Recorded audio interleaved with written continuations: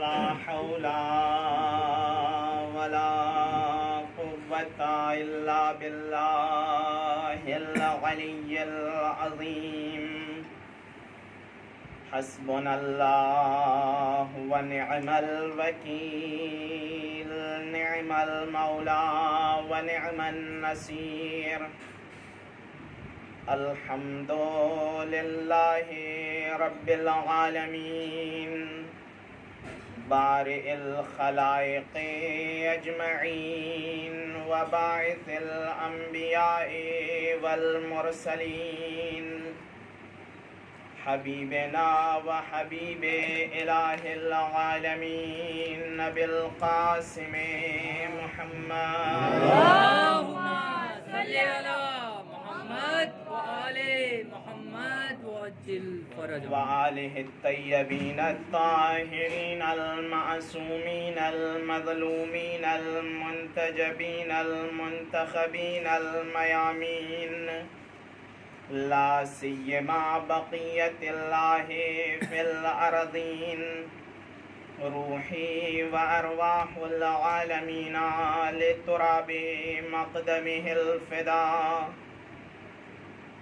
اللهم عجل فرجه وسهل مخرجه، واجعلنا من أنصاره وعوانه ومقوية سلطانه، وهب لنا رأفته ورحمته ودعاءه وخيرا.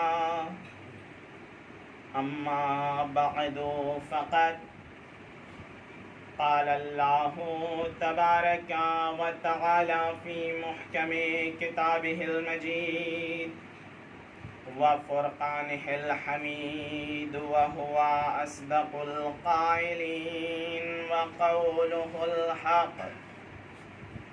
بسم الله الرحمن الرحيم. هم الذين يقولون لا تنفقوا على من عند رسول الله حتى ينفضوا. صلوات پر محمد. اللهم صل على محمد وآل محمد وعجل فرجهم. عزیزان محترم، میرے معزز سامعین، جس آیت کو سرنامہ سخن قرار دیا ہے، قرآن مجید کی مشہور و معروف آیت ہے جو کہ سورہ منافقین کا حصہ ہے. اس سے قبل کہ میں اس آیت کے ذیل میں مفسرین کے اقوال کو یا علوم قرآنی کے جو متخصص ہیں ان کی باتوں کو پیش کروں، بطور مقدمہ اس آیت کے حوالے سے ایک مختصر لیکن مفید مقدمہ آپ لوگوں کے اذہان عالیہ تک پہنچانا چاہتا ہوں. صلوات کا سہارا دیں. اللهم صل على محمد وآل محمد وعجل فرجهم. دو اصل جو کہ اصول میں سے ہے اور نہایت ہی مفید ہے، جن دونوں اصلوں پر کم توجہ ہوئی ہے. ہم غیر مسلم اور شیعیت سے ہٹ کر دوسرے کی بات نہیں کرتے، کیونکہ وہ تو ہمارا موضوع ہی نہیں ہے. ہمارا موضوع وہ لوگ ہیں جو آ تو گئے ہیں یہاں تک لیکن اعتقاد صحیحہ کے مالک نہیں ہو پائے ہیں. ہمارا خطاب ان لوگوں سے ہے.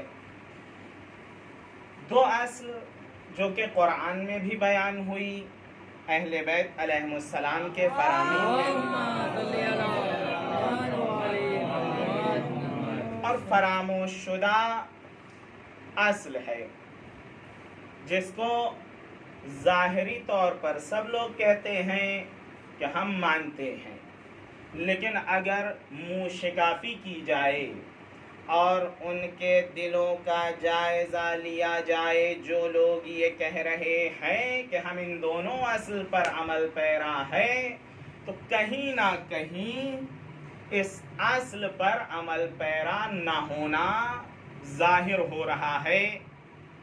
وہ دو اصل ہیں کیا؟ پہلی اصل جو کہ اصول میں سے ہے، پہلی اصل محبت ہے، اور دوسری اصل نفرت ہے، یعنی محبت اور دشمن شناسی، دشمن کو پہچاننا۔ محبت میں بہت سارے دعوے دار مل رہے ہیں اور ہر ایک یہ کہہ رہا ہے ہم محب اہل بیت، ہم قرآن سے لگاؤ رکھنے والے، ہم نماز و روزے سے لگاؤ رکھنے والے۔ یہ محبت کا دعویٰ ہر ایک کر رہا ہے، اور اپنے حساب سے اور اپنی حد میں، جس حد تک اس کا ایمان و عقیدہ و عقل ہے، تمام اس بات کا دعویٰ کر رہے ہیں محبت ہمارا اصل و اصول ہے اور ہمارا جزء عقیدہ محبت ہے۔ اس بات کو تمام لوگ تسلیم کرتے ہیں، تمام لوگ مانتے ہیں، لیکن دوسری اصل دشمن شناسی ہے۔ دشمنوں کو پہچاننا یہ دوسری اصل ہے، اور شاید محبت سے زیادہ یہ دشمن شناسی اہمیت رکھتی ہے، کیونکہ اگر محبت کو انسان ایک وقت تک آگے لے کر چلا بھی جائے لیکن دشمن شناس نہ ہو تو دشمن اس محبت کو کہیں نہ کہیں سے دل سے نکال کر رہے گا۔ اس لیے دشمن شناسی بہت ضروری ہے۔ قرآن میں جو علماء قرآن نے بیان کیا ہے، 4 حصے بیان کیے ہیں قرآن کے، جن میں سے 1/4 قرآن یعنی 1/4 قرآن کی آیتوں کو بتایا ہے علماء نے کہ یہ دشمن شناسی پر مبتنی ہے۔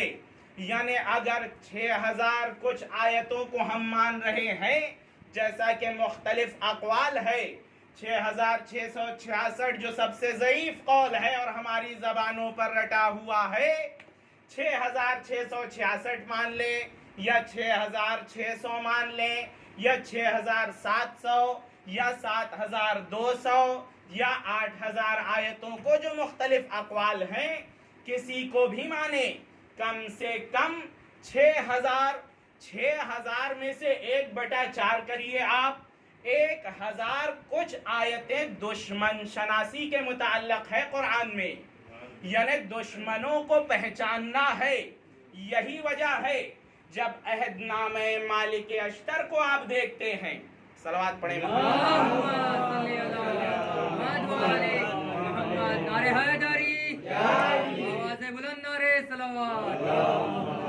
آج دنیا حیران ہے، سیاست نے بہت زیادہ اپنی جڑوں کو پھیلا لیا ہے آج کے زمانے میں، لیکن جو نامہ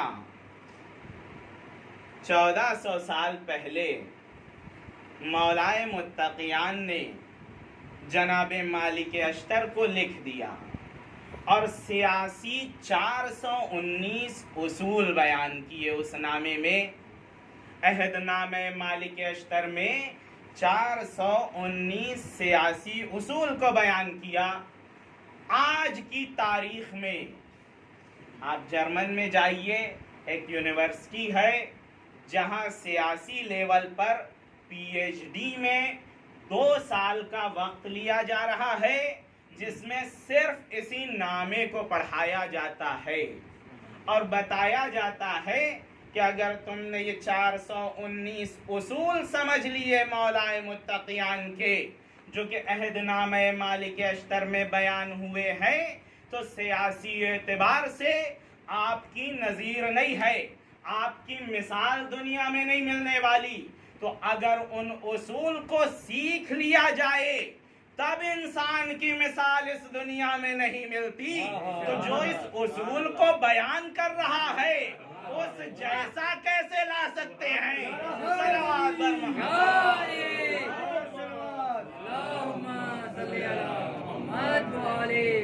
عہد نامہ مالک اشتر جو کہ 419 اصول پر مبتنی ہے، کبھی پڑھیے گا اس نامے کو، دیکھیے گا اور ترتیب بندی سے 419 قانون کو نکالیے، کیونکہ ظاہری طور پر 200 کچھ قانون ہے، لیکن اگر موشگافی کی جائے تو 419 قانون نکلتے ہیں۔ دقت کی ضرورت ہے، مطالعہ کیا جائے، ہر ایک تمام شیعہ جو بھی ہندی، اردو، انگلش، فارسی پڑھنا جانتے ہیں، کسی بھی زبان میں اس عہد نامے کو دیکھیں اور پھر دنیا کا جائزہ لے، دیکھیے ایک وسیع نظر سے وہ دیکھ سکتے ہیں دنیا کو۔ اس زمانے میں جب میڈیا اتنا مضبوط نہیں تھا، نیوز پیپر کا زمانہ نہیں تھا، خبریں آن لائن نہیں آتی تھیں، اس زمانے میں ابھی اگر ہم سے کہا جائے آپ خبریں پڑھتے ہیں آپ لوگ، ہم کہتے ہیں ہاں خبریں ہمارے ہاتھوں میں سب، اگر ہم سے کہا جائے 100 خبر بیان کر دیجئے ترتیب سے، ہو سکتا ہے 1 2 3 پھنس جائے انسان، سوچنے کی ضرورت پڑے۔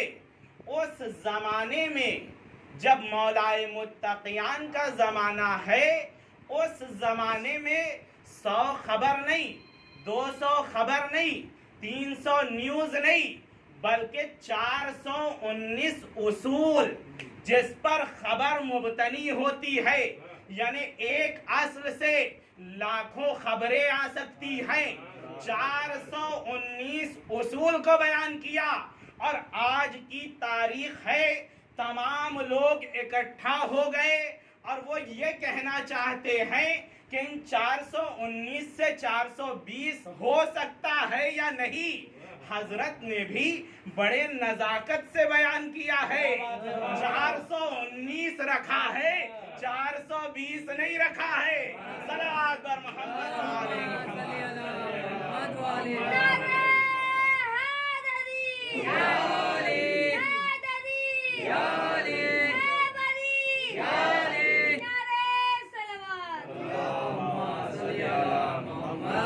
آج کی تاریخ 419 سے ایک زائد اصول کو کوئی لا کر بتائے۔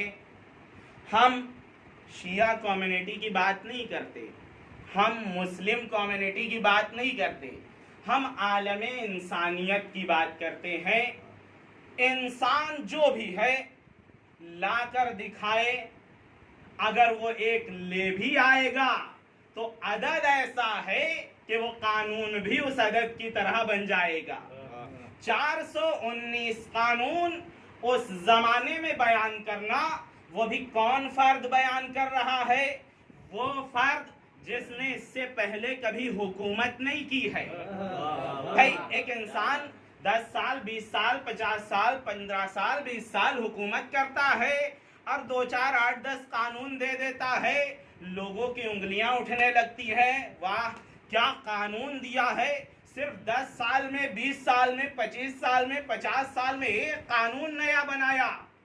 لیکن وہ فرد جس نے کبھی حکومت نہیں کیا تھا، اس کا حق بھی لے لیا گیا، 25 سال گھر میں بیٹھا رہا، نہ تلوار نکلی نہ زبان کھلی، لیکن 25 سال بعد جب الآن رجع الحق الى اہلہ کا مصداق بنا، کہ جب حق اس کی طرف پلٹ آیا تب زبان کھلی، اور جب زبان کھلی ہے تو 419 قانون نکلے اس زبان سے، وہ بھی صرف مصر کے لیے، پوری دنیا کے لیے نہیں، صرف مصر کی حکومت کے لیے 419 قانون دے دیا۔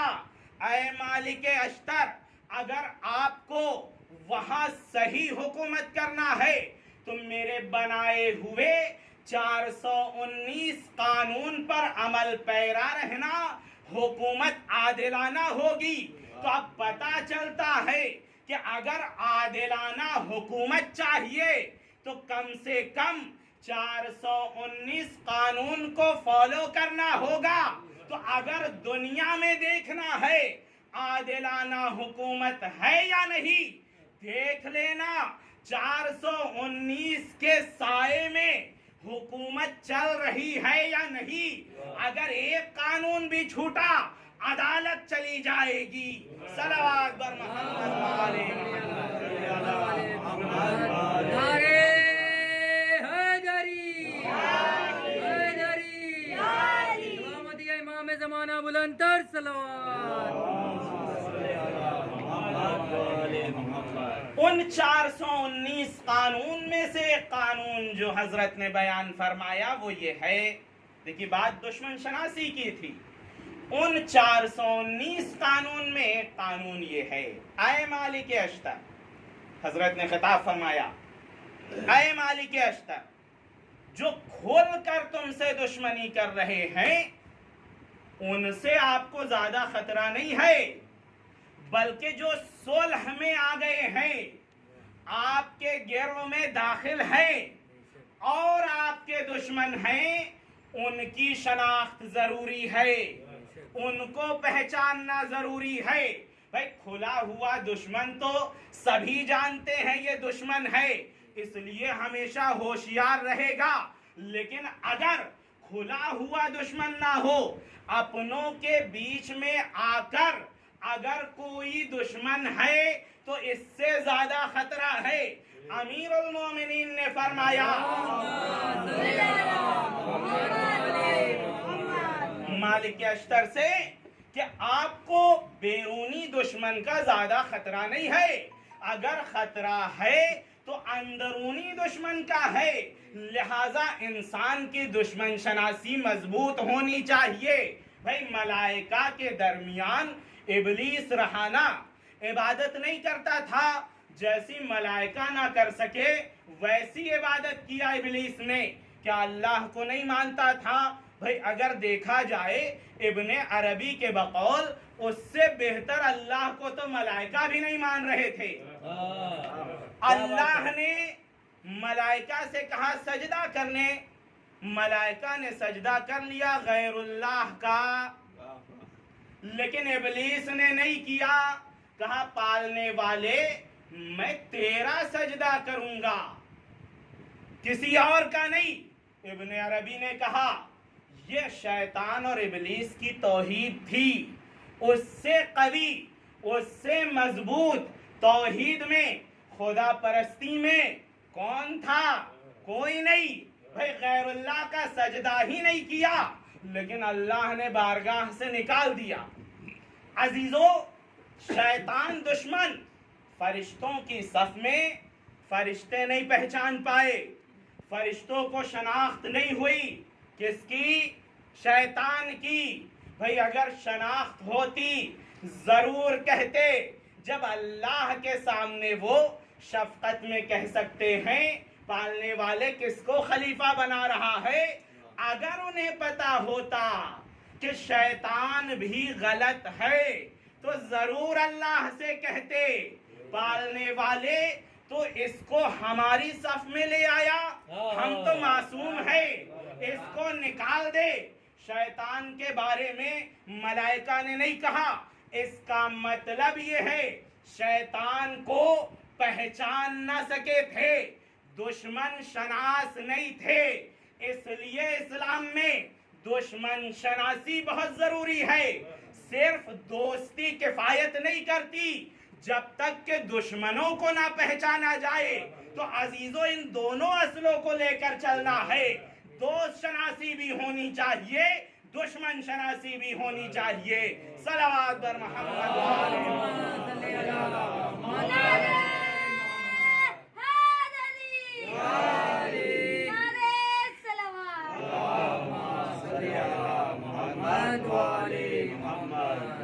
اصل زندگی. اسی لیے پانچویں امام کے پاس آنے کے بعد کہتا ہے یا ابن رسول اللہ، کیا اسلام میں محبت اور نفرت کا بھی کوئی رول ہے؟ دیکھیے سوال، وہی سوال جو ہمارے معاشرے میں بھی بہت زیادہ رائج ہے، بس شکل بدل گئی ہے. کچھ لوگ کہتے ہیں جو کیا پہلے والوں نے، ہم کیوں ان کے پیچھے پڑے ہوئے ہیں، ہم اپنے آپ کو دیکھتے ہیں. دشمن شناسی نہیں ہے، کمزور ہے دشمن شناسی. آیا آنے کے بعد کہا ابن رسول اللہ، کیا اسلام میں محبت اور نفرت کا بھی کوئی رول ہے؟ بڑا عجیب فقرہ فرمایا مولا نے، فرمایا کیا اسلام محبت اور نفرت کے علاوہ کوئی دوسری چیز ہے؟ تمام اسلام یا محبت ہے یا نفرت ہے. اگر اس کو اسلام سے نکال دیا تو آپ کو بھی اسلام سے نکلنا پڑے گا. صلوات بر محمد. هل الدین الا الحب والبغض؟ کیا دین حب اور بغض کے علاوہ کوئی اور شے ہے؟ مولا کا یہ فرمان ہے. بس دشمن شناسی بہت ضروری ہے. جتنی دوست شناسی کی اہمیت ہے اس سے کئی گنا زیادہ دشمن شناسی کی ہے، کیونکہ دوستی کو یہی دشمن ہے جو دشمنی میں تبدیل کر سکتے ہیں.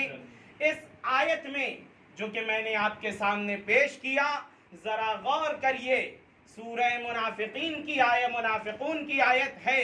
دیکھیے قرآن میں کفار کا تذکرہ آیا، مشرکین کا تذکرہ آیا اور منافقین کا تذکرہ آیا، لیکن اللہ نے جو باتیں کفار کے بارے میں اور مشرکین کے بارے میں کی ہے اور جو باتیں منافقین کے بارے میں کی ہے، دونوں میں زمین آسمان کا فرق نظر آتا ہے.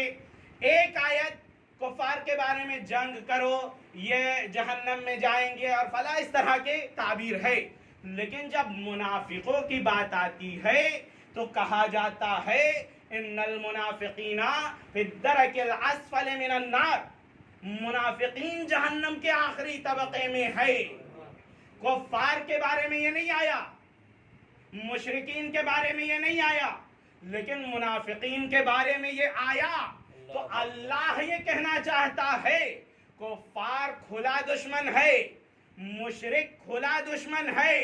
کھلے دشمن کی دشمنی اسلام کو خطرہ نہیں پہنچا سکتی ہے، لیکن چونکہ منافق کھلا دشمن نہیں ہے، ظاہر میں مسلمان، باطن میں کافر، ظاہر میں اسلام کا پیروکار، باطن میں اسلام کو ضربہ لگانا چاہتا ہے.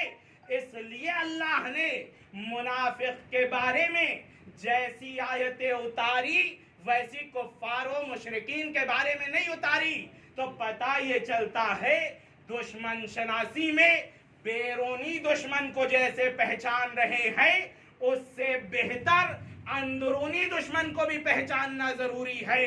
صلوات بر محمد.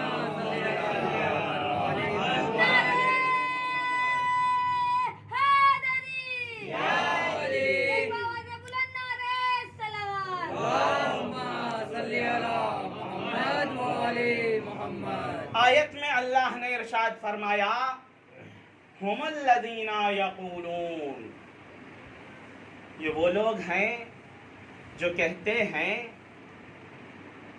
لا تنفقوا علی من عند رسول اللہ، جو لوگ رسول اللہ کے پاس ہیں ان پر انفاق مت کرو، ان کی مدد مت کرو، ان کے ساتھ مت ہو، حتی ینفضوا، یہاں تک کہ وہ پراکندہ ہو جائیں، الگ الگ ہو جائیں، رسول سے دوری اختیار کر لیں. جب وہ دور ہو جائیں تب ان کی مدد کرو. مفہوم ہے آیت کا.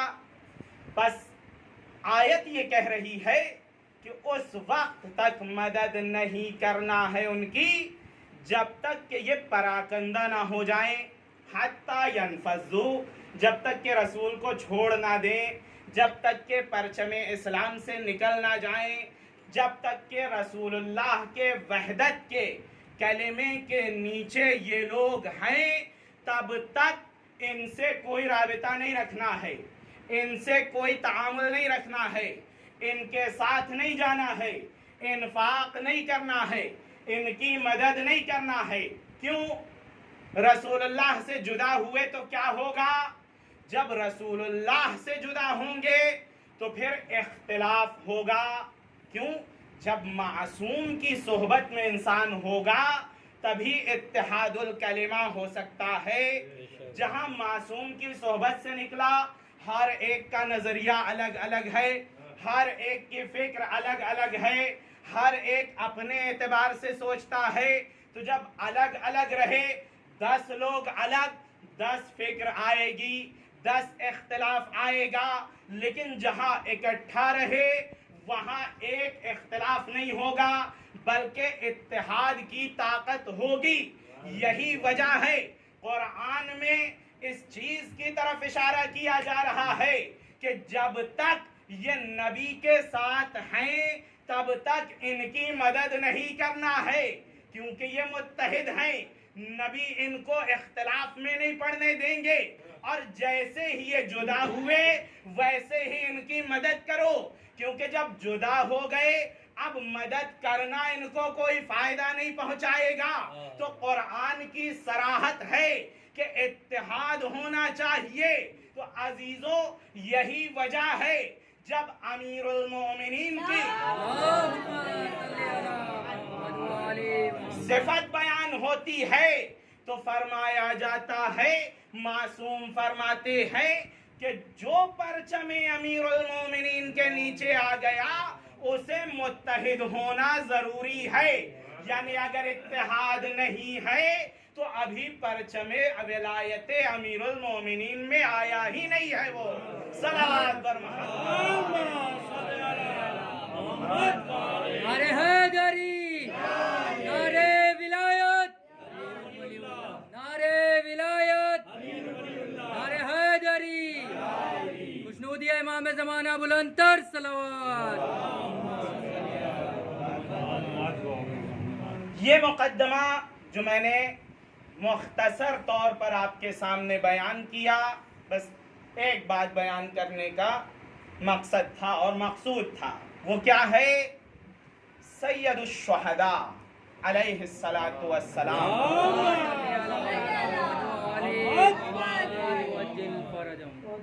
کئی کام کیا امام نے، چند چیزوں کی طرف توجہ دلائی ہے۔ ان میں سے ایک توجہ جو امام نے دلائی ہے دشمن شناسی کی طرف ہے۔ کربلا میں امام آئے، وجہ کیا تھی؟ ہم سنتے آئے ہیں کہ امام نہ آتے تو دین نہ بچ سکتا۔ آخر ایک اکیلا یزید کیا کر سکتا تھا؟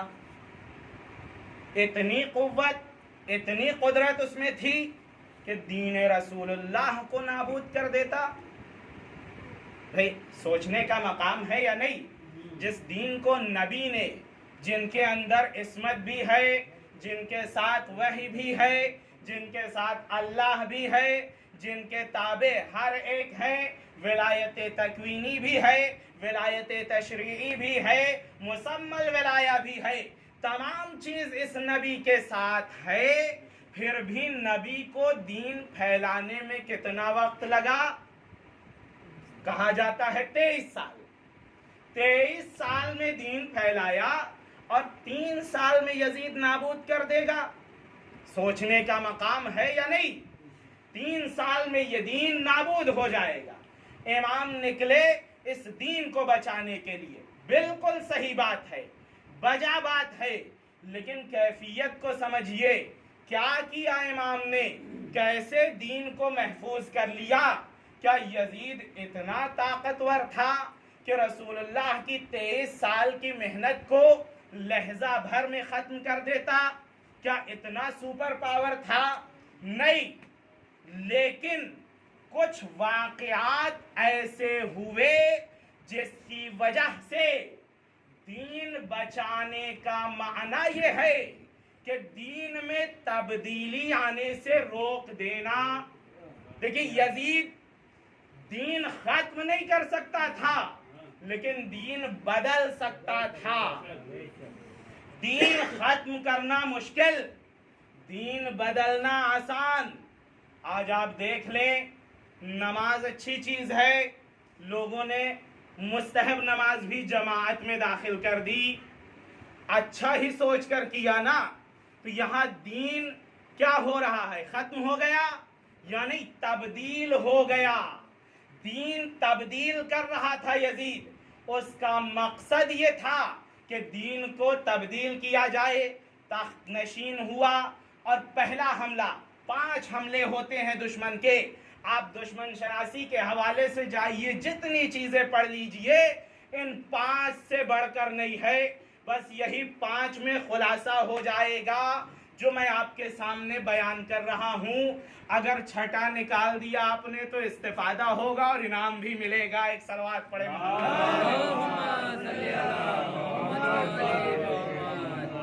دین تغیر و تبدل ہو سکتا ہے. ہوا کیا؟ تخت نشین ہوا. تخت نشین ہونے کے بعد دیکھیے یہ کہہ دینا کہ نماز اچھی چیز ہے لیکن میں نہیں پڑھتا، کم گناہ ہے. لیکن یہ کہہ دینا کہ اسلام میں نماز کا وجود ہی نہیں ہے، یہ تو سب مولوی لوگوں نے بنا دیا ہے. ورنہ دل سے اللہ کو مانے. اور پھر حدیث بھی پیش کی جاتی ہے الاعمال بالنیات، اعمال نیت پر ہے. آپ کی نیت اچھی ہونی چاہیے. ضروری نہیں ہے آپ رکوع سجدہ کریں، آپ نیت اچھی رکھیے، سب کچھ معاملہ حل ہے. یہ سب حدیث کا سہارا لے کر. البتہ یہ بھی بتا دے کہ یہ حدیث مستند نہیں ہے، اس کا تنہا راوی عمر ہے. الاعمال بالنیات. ایک صلوات پڑھیں محمد.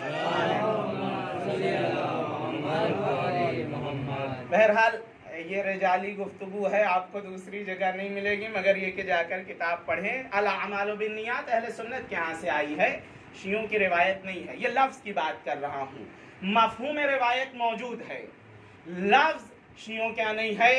الاعمال بالنیات اگر مل جائے تو لے آئیے گا، نہیں ہے اہل سنت کے 7 منابع میں موجود ہیں اور جن کے واحد راوی خلیفہ دوم ہیں. دیکھیں انسان جب دیکھنا چاہے کہ فکر کیا ہے اس کی تو دیکھیں روایت کیسی کیسی نقل کر رہے ہیں. جیسی روایت نقل کی جائے گی فکر بھی انسان کی پتہ چلتی ہے. بھائی آج آپ دیکھ لیجئے، آج کا زمانہ کشف و انکشافات کا زمانہ ہے. آتے ہیں ایک کوزہ نکالتے ہیں زمین سے، کہتے ہیں یہ 2000 سال پرانا کوزہ ہے. مصر وغیرہ میں یا دیگر جگہ پر کہتے ہیں یہ 2000 سال پرانا کوزہ ہے. اس کوزے کے ذریعے سے بہت ساری چیز پتہ لگاتے ہیں. کہتے ہیں ہم دیکھیں گے کہ جب یہ کوزہ تھا تو ان کے زمانے میں رہن سہن کیسا تھا، اس کوزے سے پتہ چل سکتا ہے، اس کی بناوٹ سے پتہ چل سکتا ہے، اس پر جو نقاشی ہوئی ہے اس سے ان کی فکروں کا پتہ چلتا ہے. اور جیسا کہ بعض لوگوں نے کہا ہے قبر میں بھی دفن ہوتا تھا یہ کوزہ، تو اس سے یہ پتہ چلتا ہے کہ وہ آخرت اور قیامت کا بھی اعتقاد رکھتے تھے. تبھی تو دفن کرتے تھے اس کوزے کو اس کے ساتھ تاکہ یہ آرام سے رہے، آسائش میں رہے. تو یہ اعتقادات تمام تر موجود تھے. افکار اگر دیکھنا ہے تو دیکھا جاتا ہے اس چیز کو. یہاں پر بھی اصحاب کی فکروں کو اگر دیکھنا ہے تو دیکھیے کون سی روایت کو بڑھ چڑھ کر پیش کیا ہے. جہاں کوئی روایت ان سے نہیں آتی وہیں یہ والی آ رہی ہے الاعمال بالنیات. اس کا مطلب یہ ہے، عقیدہ یہ تھا جیسا کہ پروف ہوا ہے، عقیدہ یہ تھا اس راوی کا کہ جو کرنا ہے کرو، نیت اچھی رکھو. اسی لیے نبی نے فرمایا جس نے ایک مرتبہ لا الہ الا اللہ کہا اس نے جنت میں اپنے لیے گھر بنا لیا. اٹھے کہا یا رسول اللہ تب تو میرا بہت سارا گھر بن گیا ہے جنت میں. یہی اٹھے تھے جن سے یہ روایت ہے. ایک صلوات پڑھے محمد. کہا بہت زیادہ بن گیا. کہا ہاں بن گیا ہوتا اگر یہاں سے آگ بھیج کر اس گھر کو جلایا نہ ہو. تو عزیزو پتہ یہ چلتا ہے اگر لا الہ الا اللہ کہا جا رہا ہے گھر بن سکتا ہے لیکن گناہ کے ذریعے سے وہ گھر جلایا بھی جا سکتا ہے. تو پتہ یہ چلتا ہے کہ جو گنہگار ہوگا آگ بھیجے گا، بنا ہوا گھر خراب کر دے گا. یہ فکر کا اندازہ لگائیے. نیت پر ڈیپینڈ ہے سب کچھ. نہ سب کچھ نیت پر ڈیپینڈ نہیں ہے. ہزاروں گناہ کرتے رہیے، کہیے میرا دل پاک ہے، میں اللہ کو مان رہا ہوں، یہ کام آنے والا نہیں ہے۔ اگر نیت صحیح ہوگی، عمل خود بخود گواہی دے گا کہ نیت صحیح ہے۔ صلوات پر محمد۔ نعرہ حیدری یا علی یا علی یا علی مدد اب دین جو کہ تبدیل ہو رہا تھا، ماں بہنوں سے نکاح حرام حلال ہو گیا، شراب حرام حلال ہو گئی، اس کے بعد دیگر گناہ جو کہ علماء نے تقریباً 800 کی فہرست بنائی ہے جو یزید کے حکومت میں حلال تھا، جائز تھا، نسب کو دور کرنا یا ملحق کرنا جائز تھا، محارم سے نکاح جائز تھا، حیوانوں کے ساتھ حرام حیوان کو خریدنا بیچنا جائز تھا، دیگر نماز بطور علنی ترک کرنا جائز تھا، یہ ساری چیزیں موجود تھی۔ اب اس صورت میں لوگوں کی نظر کیا تھی؟ لوگوں کی نظر یہ تھی کہ یہ ہے خلیفہ رسول اللہ، نعوذ باللہ من ذالک۔ اب کتنا بھی کم کر لیا جائے، لوگوں کے ذہن میں 5 سال 2 سال 3 سال بعد ایک خاکہ جو اسلام کا آئے گا، وہ آخری فرد کو دیکھے گا کہ کون بیٹھا تھا وہاں پر، کس کے ذریعے سے یہ اسلام پھیلا، کیسے پھیلا، کون حکومت کر رہا تھا۔ جب وہ خاکہ ذہن میں آئے گا تو ایک نسل پوری اس دور کو دیکھنے کے بعد مینٹیلیٹی تبدیل کر دے گی، طرز فکر تبدیل ہو جائے گا۔ اب ایسی صورت میں اگر ایک صحابی کھڑے ہوتے، صحابی کو قتل کر دیا جاتا، کوئی شور شرابہ نہیں ہوتا۔ کیوں؟ اس لیے کہ صحابہ اس سے پہلے قتل ہو چکے تھے، کوئی نہیں اٹھا تھا، صحابہ قتل ہوئے، ختم ہو گئے، تھوڑا سا شور ہوا، دفن ہو گیا۔ اب ایک ایسے فرد کی ضرورت تھی کہ جس کو عالم پہچانے، کیا بات ہے، واہ واہ واہ، بہت عمدہ، جس کی دینداری کو عالم پہچانے، جس کے والدہ کو عالم پہچانے، جس کے والد کو عالم پہچانے، جس کے دادا کو عالم پہچانے، جس کی دادی کو عالم پہچانے، جس کے بچوں کو پورا عالم جانے۔ اب ایک ایسے فرد کی ضرورت تھی جو بے دردی سے ایک فاسق انسان کے ہاتھوں قتل کر دیا جائے، تاکہ دھیرے دھیرے جب یہ خبر ایک سے دوسرے تک، دوسرے سے تیسرے تک، تیسرے سے چوتھے تک، چوتھے سے پانچویں تک، ایک شہر، ایک قریہ، ایک ملک، دوسرا ملک، تیسرا ملک، جیسے جیسے پھیلتے جائے، لوگ یہ کہیں قتل ہونے والا کون تھا، قتل کرنے والا کون تھا۔ اگر قتل کرنے والے کے پورے خاندان کا اور زندگی کا جائزہ لے لے، اسے بے دینی سمجھ میں آ جائے، اور قتل ہونے والے کا، اس کے خاندان کا جائزہ لے لے تو دینداری سمجھ میں آ جائے۔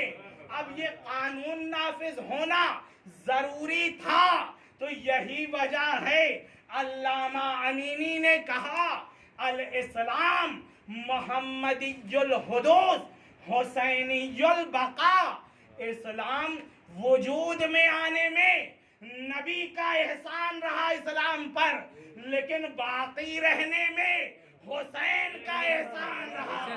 صلوات بر محمد۔